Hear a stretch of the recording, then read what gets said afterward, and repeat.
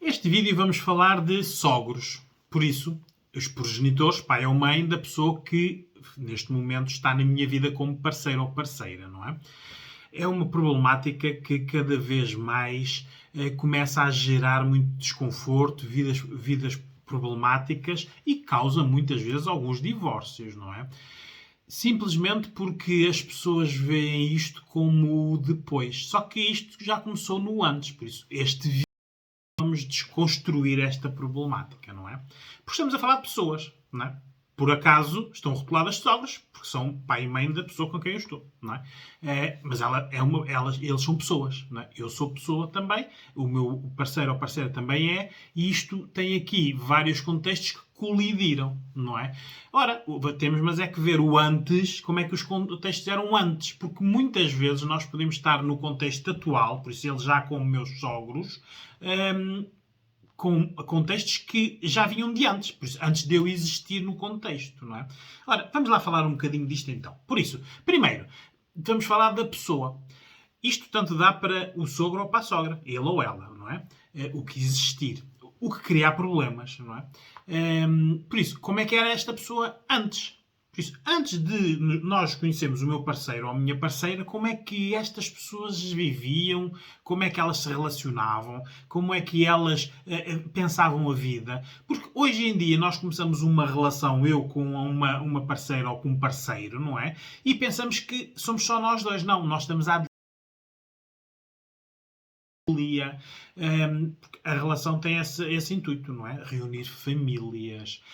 O problema é que quem se junta, eu e ela ou eu e ele, não é? Podemos nem querer estar à procura de famílias. Podemos estar até a fugir de famílias, não é? Isto tudo tem que ser falado antes. Por isso, antes, estas pessoas eram problemáticas, estas pessoas metiam-se na vida dos filhos, das filhas, eram pessoas que pelos amigos eram estimadas, admiradas, são pessoas produtivas, neste caso que fazem algo na vida, são pessoas inativas, que não fazem nada, são reformados, são dependentes. Tudo isto existia antes de nós entrarmos neste contexto. Por isso, antes de eu escolher o meu parceiro e a minha parceira, isto já existia. Não é? Eu falo com a minha parceira e com o meu parceiro, não é? Porque hoje em dia é mais importante saber, se calhar, que cores é que tu gostas, que comidas é que tu gostas mais, se calhar, qual é a tua relação com a tua mãe e com o teu pai, não é? Porque nós vamos entrar neste contexto, não é?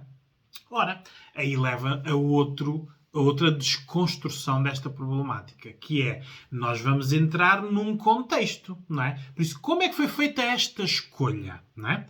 Ora, há aqui três alternativas que eu vos vou exemplificar. Podemos ter sido escolhidos por sogros, não é? Podemos ter sido escolhidos pelo parceiro ou parceira, ou podemos ter sido nós a escolher o parceiro ou parceira. Há estes três tipos de escolha, não é? Vamos analisar cada um, não é? Por isso, fomos escolhidos pelos sogros. Ora, supostamente nós não temos defeitos nenhuns, porque fomos escolhidos por eles. Raros são os problemas que existem dos sogros para os genros ou genras quando eles são escolhas. Isto vê-se muito ainda em famílias com algum poder económico, em que infelizmente ainda quase não há relações, há quase negócios, e as pessoas são escolhidas, não é? Por isso, é muito difícil quando são os sogros, os pais das pessoas a escolher os parceiros dos filhos ou das filhas, é muito difícil haver conflito, porque eles são escolhidos pela utilidade. Claro, obviamente, depois de escolhidos e depois de haver uma relação, pode haver problemas, não é? Mas na escolha eles foram escolhidos por a utilidade que têm. São ricos, são bonitos, são filhos daquela família, são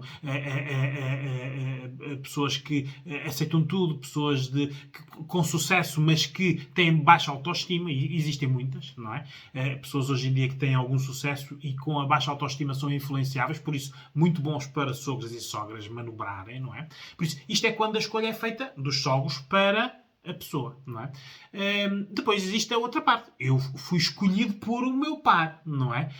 Aqui parece que não existe uma família, não é? Porque eu fui escolhido pelo meu par. Ok, mas eu fui escolhido também pela minha utilidade. Porque é que o meu par me escolheu, não é? Temos também que ver qual é a relação que ele tem com a família, não é? Porque isto não é uma relação, não é um binómio, não é só eu e ele ou eu e ela, não é? Existe depois um contexto a seguir que tem que nos aceitar, não é? E o que estamos a ver hoje em dia é que podem haver estes contextos a tolerarem-nos, a rejeitarem-nos, a agredirem-nos, e isto causa vidas infernais, não é? Por isso, eu fui escolhido, porque é que eu fui escolhido? E porque é que a pessoa me escolheu a mim, não é? Temos que perguntar, não é?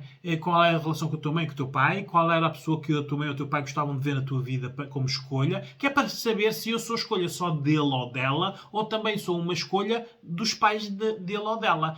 Porque também podemos ser um ato de vingança, não é? Escolherem-nos simplesmente porque os nossos pais nunca seríamos a escolha que os pais dele ou dela fariam, como genro ou genra, ou nora. Porque muitas vezes há estes problemas, não é? Nós podemos ser escolhidos como um ato de vingança, de retaliação, mesmo às vezes até de desafio, não é? Tipo, os pais passam a vida a dizer aos filhos e às filhas: tu não consegues encontrar ninguém, nós achamos que devias escolher este tipo de pessoa e tu só queres outro tipo de pessoa, e a pessoa diz: não, eu é que escolho. E vai-nos escolher a nós, não é? Por isso, nós quando entrarmos neste contexto já vamos ter aqui anticorpos. E não tem nada a ver com a nossa pessoa, porque ninguém nos conhece, mas já fomos uma escolha que está contaminada, não é? Depois existe a terceira escolha, que fui eu que escolhi, não é? Eu escolho aquela pessoa. Geralmente isto é fruto de amores, paixões, tudo muito acelerado, não é? E nestas situações o casal está tão envolvido na sua paixão e no seu amor que esquece o contexto. E este contexto é importante porque vai ser o pós a escolha. Não é? Por isso, vamos ter uma relação e de repente, olha, pai, mãe, esta é a Maria ou este é o Manel, não é? E nós vamos ter que ver se estas pessoas nos vão aceitar tal e qual como nós somos ou não, não é? Porque as pessoas escolhem-se por características, não é? Por isso, aqui é importante vermos tudo isto, porque tudo isto vai ser o nosso contexto, não é? Ora, isto leva-nos a analisar também o tipo de pessoa que nós escolhemos, não é? E agora o que eu vou dizer tanto dá para eles ou para elas, não é? Por isso, nós estamos a escolher ele ou ela porque são filhos de papás, por isso são pessoas que são dependentes emocionalmente, são pessoas que até carregam culpas e têm que fazer tudo o que os papás querem, são pessoas que estão dependentes financeiramente dos pais. E hoje em dia existe muito esta situação, não é? Há pessoas que não são independentes. Os pais têm que ajudar. Ora, se os pais têm que ajudar, os pais têm que meter o bedelho na relação depois. E é isto que não é negociado, não é? Nós estamos aqui com este Maria ou Manel, não é? E não estamos a saber que este Maria ou Manel depende do pai ou da mãe financeiramente, por exemplo, ou mesmo emocionalmente, não é? Há pais e mães que quase que os filhos já são adultos e tratam-nos como se eles fossem completos adolescentes, não é? Isto, obviamente, aqui o género também influencia, porque os filhos adoram isto, não é? Porque não fazem nenhum e têm todas as benesses, não é?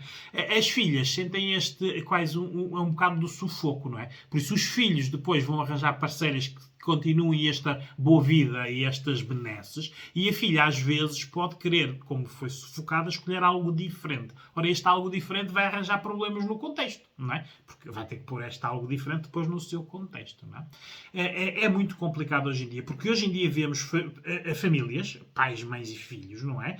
Que já têm relações às vezes 5, 10, 15, 20 anos e ainda não conseguiram um contexto familiar com sogros e sogras aceitantes, não é? De pertença, de família. São anos de ginástica, anos de não falarem, ou de falarem demais, de se zangarem, de não admitirem intromissões na vida do casal, mas por outro lado são dependentes muitas vezes de ajudas dos sogros e das sogras, não é?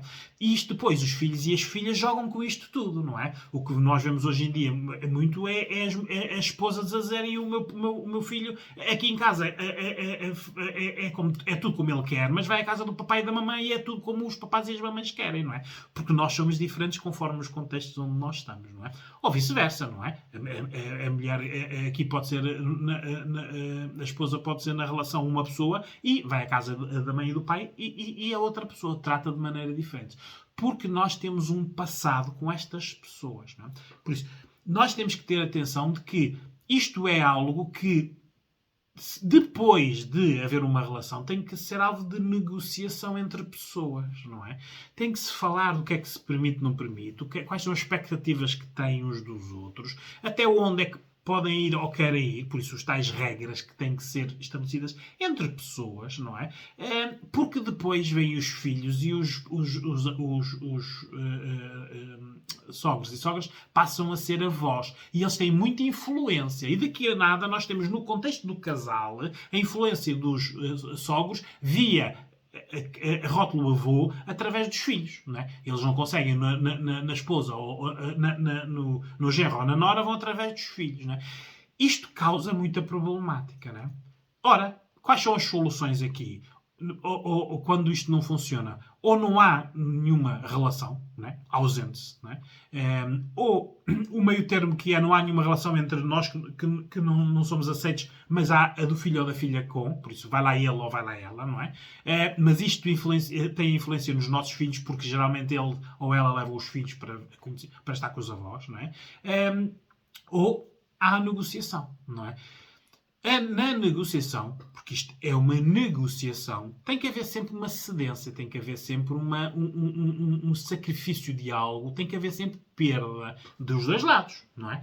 Por isso, tem que ter atenção de que isto da idade também é muito importante, porque a maior parte das complicações é quando os sogros e as sogras ainda têm algum poder de dominância sobre o casal. Depois eles envelhecem, porque a lei natural da vida é as pessoas envelhecerem, não é? E aí o casal ganha algum ascendente sobre as pessoas mais idosas, não é? Ora, estas pessoas idosas vão ser tratadas conforme trataram.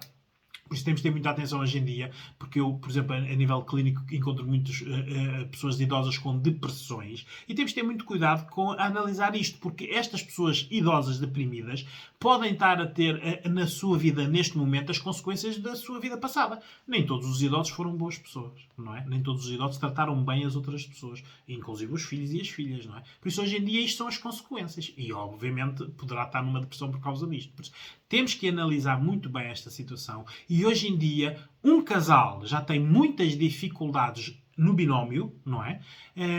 A vida, o custo de vida, as profissões, os custos, as casas, os carros, os filhos quando houverem, para depois ainda terem um problema que eles pensam que não tem nada a ver com eles, que são os sogros e as sogras. Não tem. É um contexto da qual alguém veio, o marido ou a esposa, não é? Por isso, tudo isto tem que ser negociado antes, porque muitas vezes nós podemos estar num contexto que já existia antes. Os sogros ou a sogra já se metiam na vida do filho e agora o filho casou com alguém e elas metem-se na vida da nora. Ou do genro, se for ao contrário. Nós temos que ter isto em atenção, porque nós podemos ter uma boa vida e de repente passarmos a ter uma má vida. Porque nós temos, num contexto que nós não estamos a escolher uma pessoa como parceiro, ele ou ela. Estamos a escolher o contexto de onde ela vem, não é? Por isso, temos que fazer uma boa escolha, não é? Os nossos filhos vão conviver num contexto binómio, que é o nosso contexto e o contexto dos sogros, dos avós, não é? Se eles não forem muito parecidos, forem díspares, as próprias crianças depois não sabem como reagir. Não sabem como reagir com os avós e não sabem reagir com os pais. Por isso, muitas vezes, os pais dizem isto, sempre que eles vão à casa dos avós, eles vêm piores do que vão, não é?